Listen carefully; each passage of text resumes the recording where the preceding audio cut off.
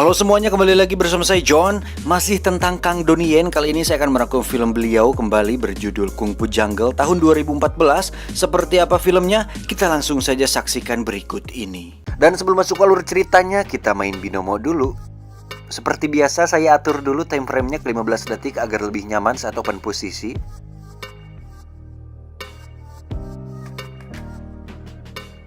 Nah, posisinya pas banget nih.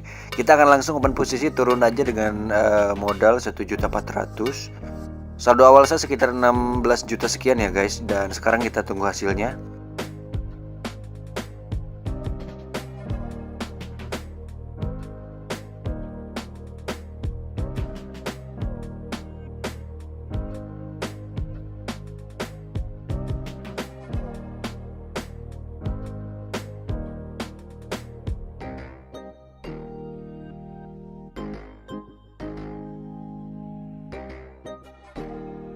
Bagus, turun lagi.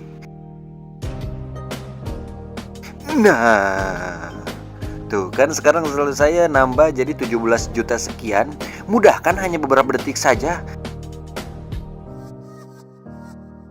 Nah, ini nih riwayat saya selama trading.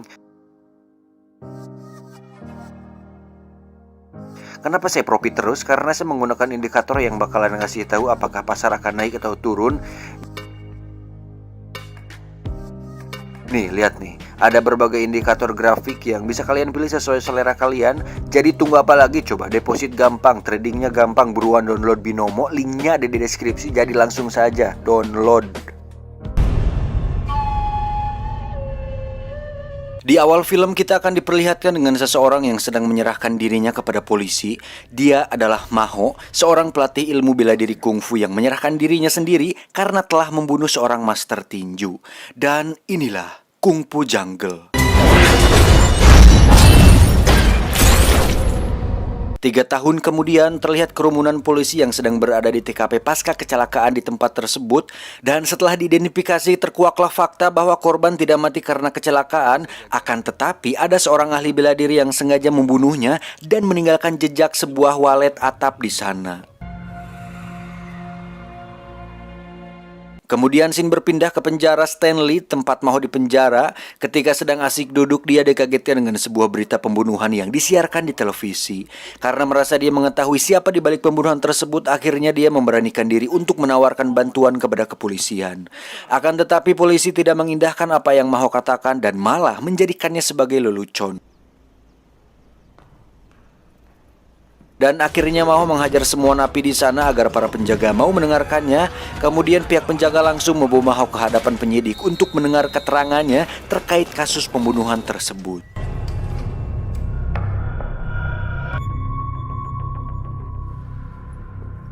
Dia mengatakan bahwa dia tahu apa yang dipikirkan oleh pembunuh itu dan si pembunuh merupakan ahli bela diri yang akan membantai seluruh ahli bela diri lainnya sehingga dia bisa menjadi nomor 1.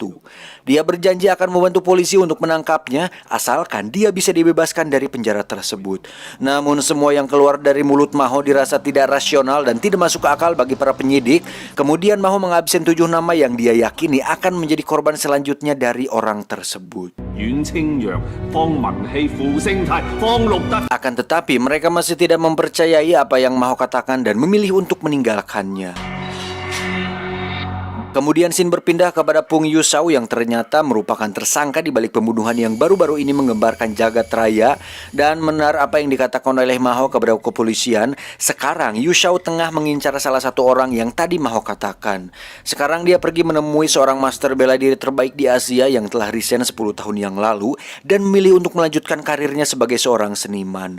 Kemudian Yusau langsung mengajaknya berduel sampai mati dan pertarungan pun tak dapat terhindarkan lagi.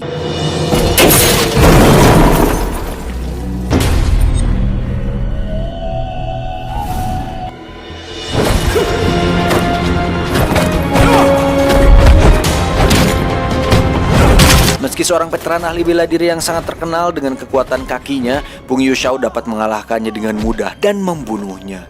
Tidak lupa, dia juga meninggalkan sebuah walet atap sebagai jejak atas kemenangannya. Di tempat lain, polisi mulai mendengarkan kabar bahwa ada lagi korban yang meninggal oleh orang yang sama sebelumnya. Dirasa apa yang Maho katakan benar, penyidik pun langsung mendatangi Maho dan mengatakan bahwa orang yang kemarin dia sebutkan benar-benar mati. Dan di luar dugaan, Maho juga mengetahui bahwa orang tersebut mati disebabkan dengan tendangan yang sangat kuat. Dan kini terkuaklah fakta bahwa Yu Shao mengincar seluruh ahli bela diri dan melawannya berdasarkan kemampuan yang mereka miliki masing-masing. Keesokan paginya, Maho dibebaskan bersyarat oleh kepolisian guna untuk membantu mereka menuntaskan kasus pembunuhan berantai tersebut. Kemudian mereka langsung pergi ke Mongkok karena Maho yakin bahwa pelaku akan pergi ke sana untuk mengajak duel ahli bela diri yang ada di sana. Dan ternyata benar terjadi pembunuhan di Mongkok, akan tetapi Maho dan kepolisian terlambat beberapa menit karena korban telah meninggal beberapa waktu yang lalu. Dan setelah melihat jasad korban, Maho langsung menganalisis apa yang telah terjadi padanya, di mana ternyata Yu Shao menggunakan keahlian gulatnya untuk mengalahkan sang master gulat tersebut.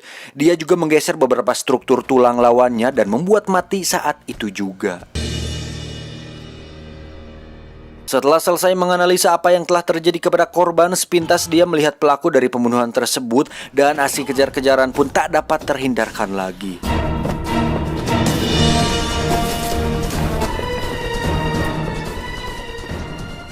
Akan tetapi di sini Yu Shao berhasil lolos dari kejaran Maho setelah dia melakukan lompatan tanpa tolakan dari atas gedung yang sangat tinggi. Setelah kegagalannya menangkap Yu Shao, Maho langsung pulang ke kampung dan pergi menemui istri tercintanya. Dan setelah sekian lama tidak bertemu, Maho langsung mendapatkan kecupan manja dan pelukan erat dari sang istri. Namun sesampainya di padepokan, Maho malah dikejutkan dengan sebuah surat dan sebuah simbol walet atap yang ditujukan untuk dirinya sendiri. Kemudian Maho langsung menanyakan hal tersebut kepada sang istri. Lalu istrinya menjelaskan bahwa ada seorang pria pincang berumur 30-an yang datang beberapa bulan yang lalu untuk memberikan benda itu kepada Maho. Akan tetapi Maho sedang tidak ada di sana. Akhirnya dia menyimpan benda itu sampai Maho keluar dari penjara. Dan di tempat lain terlihat Yu Shao yang tengah merenung tentang kenangannya di masa lalu, yang ternyata istrinya menderita sebuah penyakit yang membuat Yu Shao berakhir menjadi seorang pembunuh. Keesokan harinya, Maho dan istrinya pergi menemui seseorang yang mengetahui arti dari walet atap tersebut. Dia menjelaskan bahwa di masa dinasti Qing, para ahli kungfu bela diri berkumpul di Beijing untuk melakukan sebuah pertandingan. Dan yang kalah akan mendapatkan satu walet atap dari Departemen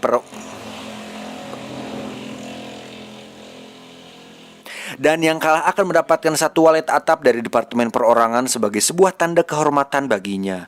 Saat sang ahli sejarah menanyakan ketertarikan Maho kepada benda tersebut, istrinya langsung menjawab bahwa ada seorang pembunuh berantai yang selalu meninggalkan barang tersebut di tempat kejadian dan pembunuh tersebut memiliki kaki yang pincang. Setelah mendengar kriteria yang dijelaskan oleh istri Maho, seorang lansia memberitahu sesuatu kepada Maho bahwa 6 tahun yang lalu dia pernah dikalahkan oleh orang yang sama dan meninggalkan walet atap bersamanya. Dia mempunyai nama yang kuno, Fu Yu Shao. Dia juga memiliki sebuah penyakit yang bernama atropia. Dan panjang kakinya menjadi berbeda. Dia mengatasi kelainannya itu dengan latihan yang sangat keras dan akhirnya mendapat sebuah pencapaian yang sangat luar biasa. Dan setelah mendapatkan informasi yang sangat luar biasa itu, dia pun langsung menghubungi polisi dan pergi menuju tempat tinggalnya. Namun sesampainya di sana ternyata tidak apa-apa di tempat tersebut. Yang ada hanya ruangan yang kacau dan tidak karuan yang dapat mereka temukan di tempat tersebut. Kemudian ibu kontrakan memberitahu pihak kepolisian bahwa Yu Shao adalah seorang pengangguran dan hanya menjadi beban keluarga, sehingga dia memutuskan untuk berlatih kungfu bersama istrinya yang mempunyai penyakit kanker di tubuhnya. Kemudian suatu hari dia melihat Yu Shao sedang bermanikan sesuatu hingga tubuhnya berdarah, dan setelah itu mereka memutuskan untuk pindah setelah membayar tunggakan selama 6 bulan kepada ibu kontrakan tersebut. Singkat cerita, mereka melanjutkan pencarian Yu Shao dengan pergi kepada seorang ahli pedang yang akan menjadi incaran Yu Shao selanjutnya. Namun sesampainya di sana dia nampak baik-baik saja dan ternyata dia sudah resign memegang pedang karena kecelakaan yang menimpanya 2 tahun yang lalu. Dan ternyata yang menjadi incaran Yu Shao saat ini adalah murid dari sang master pedang yang sedang Maho kunjungi. Di sisi lain, Yusau langsung pergi ke tempat sang ahli pedang saat ini, dan pertarungan antara ahli pedang pun tak terelakkan lagi.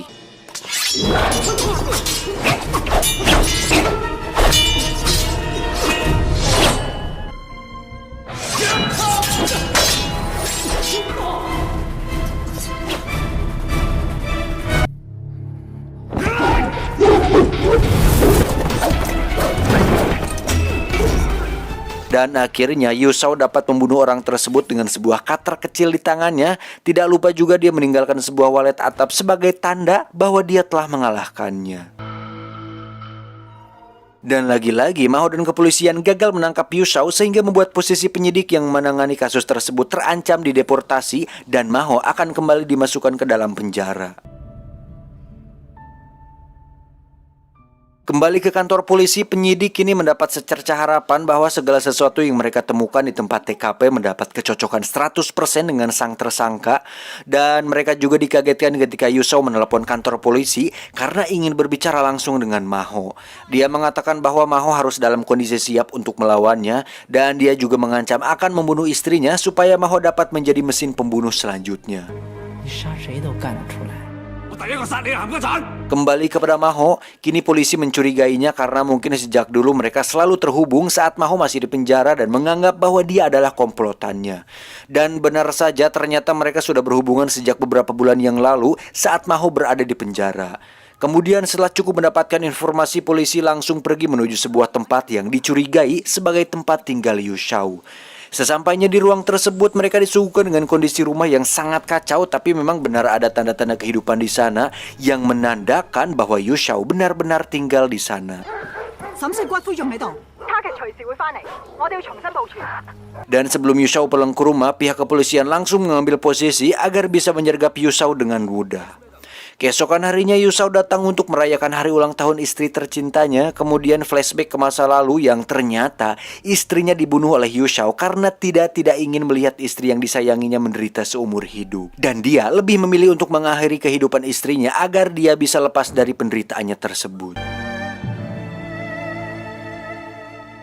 Kembali ke masa kini, sepintas tidak nampak sedikit pun keanehan di sana sampai Yusau merasakan adanya bahaya yang akan mengancamnya.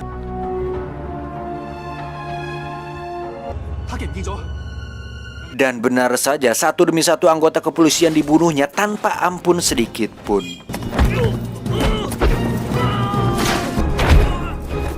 Di sisi lain, ternyata penyidik yang berada di TKP dikirimi sebuah rekaman dari kantor tentang keberadaan Maho yang pernah bertemu Yusau saat dia di penjara.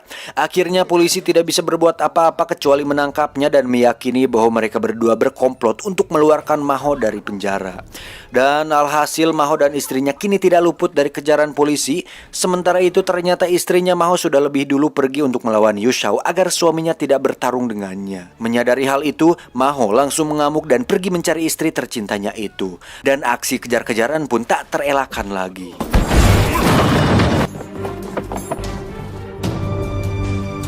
Singkat cerita, istrinya Maho bertemu dengan Yusau. Dia mengancam akan menghancurkan abu istrinya jika dia masih mengganggu Maho. Namun Yusau malah membulatkan tekad untuk membunuh istrinya Maho dan pertarungan antar mereka berdua pun dimulai.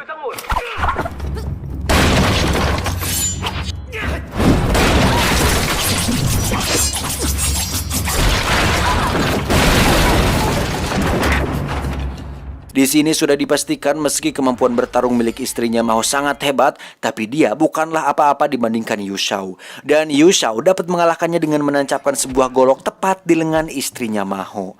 Kemudian datanglah Maho ke tempat pertarungan istrinya, dan alangkah kagetnya dia ketika melihat kondisi istrinya terkapar lemas tak berdaya. Sementara itu, Yusau berhasil melarikan diri dari tempat tersebut. Lalu Maho meminta pihak kepolisian untuk menangani istrinya yang sedang sekarat, dan Maho sendiri memilih untuk pergi mengejar Yusau yang sedang dalam pelariannya. Namun lagi-lagi Yusau dapat melarikan diri dengan menabrakkan perahunya ke perahu milik para polisi, dan akhirnya kepolisian harus kembali menelan pahitnya kegagalan serta hilangnya kesempatan yang dia miliki untuk menangkap pembunuh berantai tersebut. Kemudian dari kejauhan Maho mengutarakan isi hatinya dan mengakui bahwa Maho dan Yu Shao pernah bertemu sebelumnya, dan alasan Yu Shao menemui Maho adalah untuk mengajaknya bertarung sampai mati untuk menentukan siapa yang akan menjadi nomor satu di dunia kungfu. Dan jika Maho menolak, maka Yu Shao akan membunuh istrinya saat di penjara. Sementara ibu penyidik terpaksa harus dideportasi karena dikira lalai dalam menjalankan tugasnya dan digantikan oleh penyidik yang baru. Kemudian Maho membulatkan tekadnya untuk membunuh Yu Shao saat itu juga. Di sisi lain, ibu penyidik tidak mau menyerah dan langsung pergi ke rumah Yu Shao untuk melihat siapa yang akan menjadi lawan selanjutnya. Dan setelah mendapatkan namanya, dia pun langsung pergi menemui Maho yang sangat dia yakini akan bertarung dengan Yu Shao seorang diri. Sementara itu tampak Yu Shao menghentikan sebuah mobil di tengah jalan dan ternyata itu adalah Maho. Kemudian final fight pun tak terhindarkan lagi.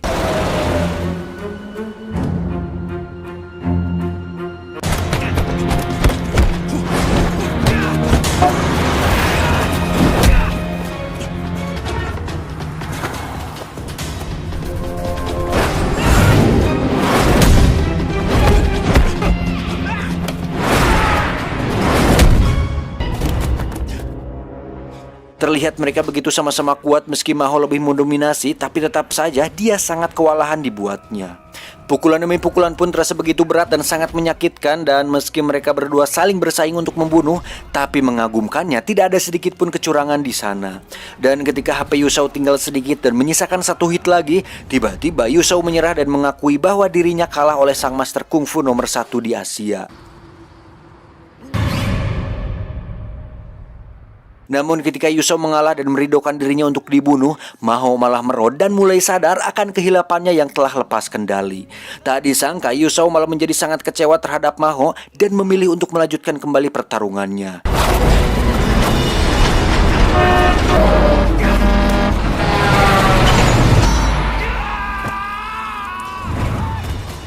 Hingga tibalah di suatu momen di tengah jalan, Maho terbawa oleh truk dan membuat punggungnya dadas boleas dan dia pun pingsan. Dan ketika sadar, Yu Shao sudah terbujur kaku tak bernyawa, yang faktanya ibu penyidik membunuh Yu Shao dengan menembaknya. Dan Maho pun selamat. Hamo!